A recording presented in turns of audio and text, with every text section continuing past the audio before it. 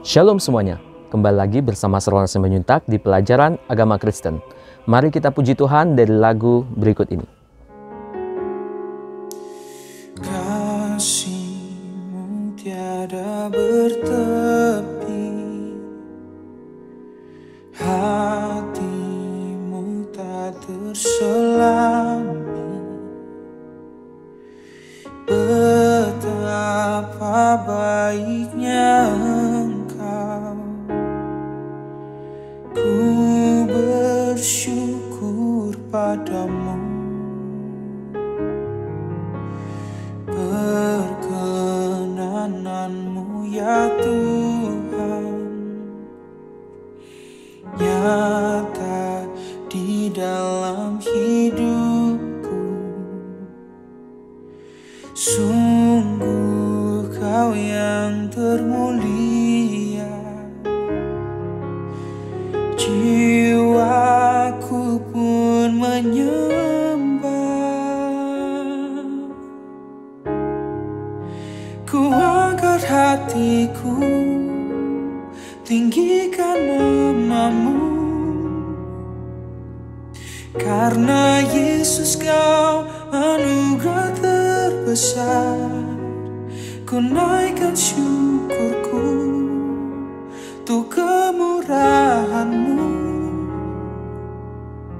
Hanya Yesus Kau anugerah terbesar.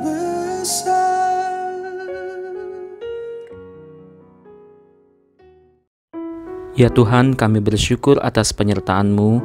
Hingga saat ini kami boleh mempelajari pengetahuan berdasarkan firman-Mu. Ajarlah kami untuk hidup lebih adil dan damai. Ajarlah kami untuk menjadi seperti-Mu Tuhan. Amin. Keadilan dan perdamaian sangat dibutuhkan bagi banyak bangsa di dunia.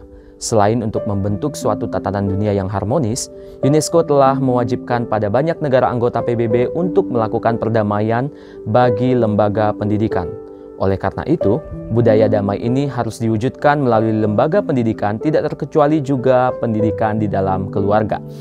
Dalam konteks keluarga, sering sikap egois, mau menang sendiri, tidak bertanggung jawab, dan kurangnya kasih menyebabkan timbulnya perselisihan dan konflik antara suami dan istri, ataupun orang tua dengan anaknya yang berujung pada perceraian dan timbulnya kekerasan di dalam rumah tangga. Dalam keluarga juga sering kita jumpai adanya relasi yang tidak harmonis, saling membenci dan tidak mau bertolong-tolongan.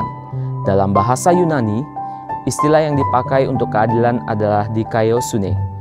Sementara dalam bahasa Ibrani, istilah yang dipakai adalah misipat yang berarti hukum atau keputusan, dan sedekah yang berarti kebenaran. Secara hakiki, adil adalah sesuai dengan haknya, tidak lebih dan tidak kurang.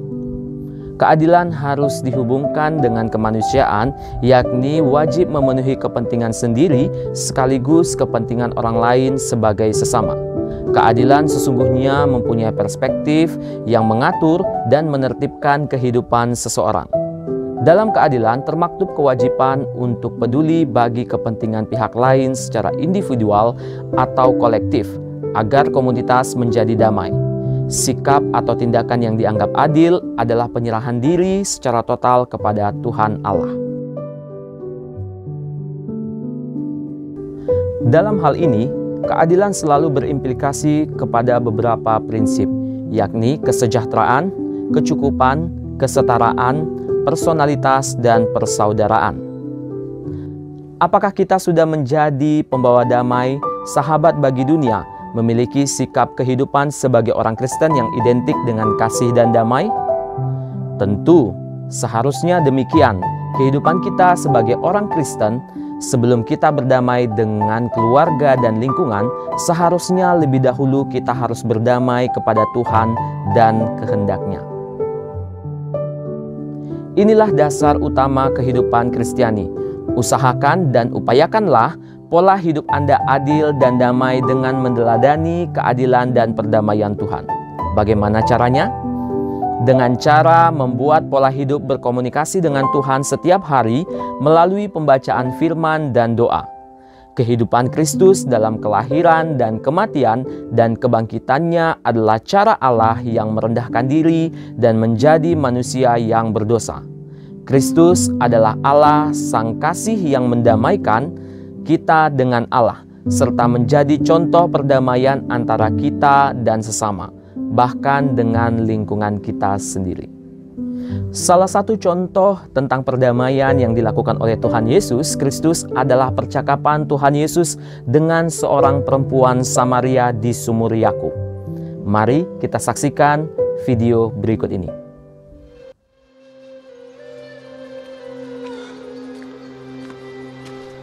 Seorang wanita Samaria datang untuk menimba air.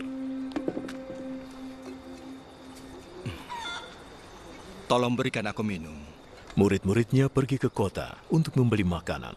Engkau orang Yahudi dan aku orang Samaria.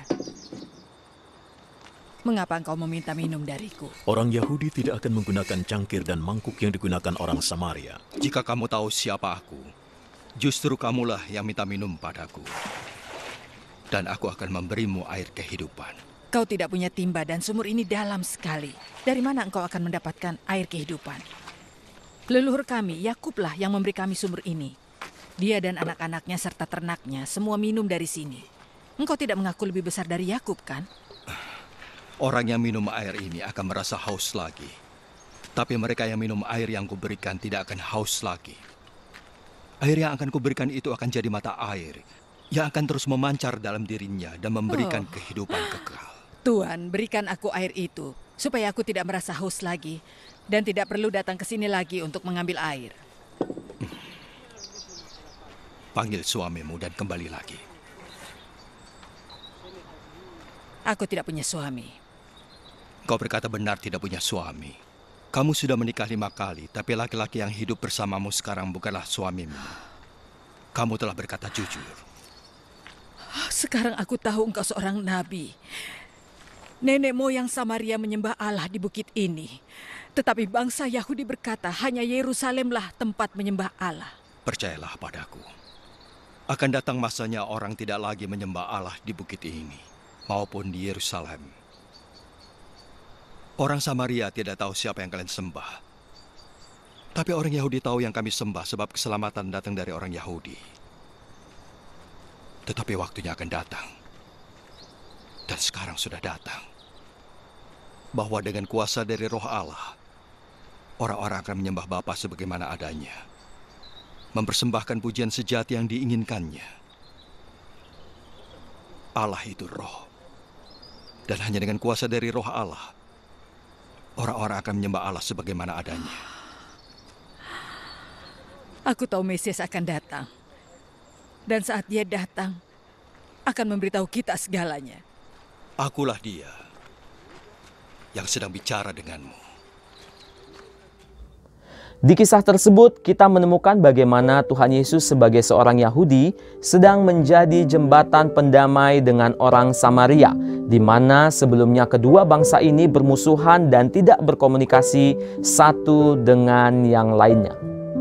Sebenarnya apa yang diperlihatkan Tuhan Yesus dalam kisah di atas merupakan sebuah teladan yang harus dilakukan dalam kehidupan orang Kristen, terutama kaum remaja yang sering sensitif, gampang tersinggung, dan mudah terlibat konflik. Tuhan Yesus memberikan teladan bahwa sebagai orang Kristen harus menjadi pembawa damai bagi dunia. Ada 4 masalah pokok yang dihadapi kaum muda pada umumnya, yaitu masalah keluarga, masyarakat, gereja, dan diri kaum muda itu sendiri. Kaum muda harus melatih ataupun mendidik dirinya sendiri untuk mengatasi masalah secara mandiri. Dalam hubungan dengan keluarga ada kesenjangan atau jarak antara nilai dan normal yang berakibat membawa pada konflik antara kaum muda dan orang tua. Berikut beberapa hal yang menjadi penyebab terhambatnya perkembangan remaja.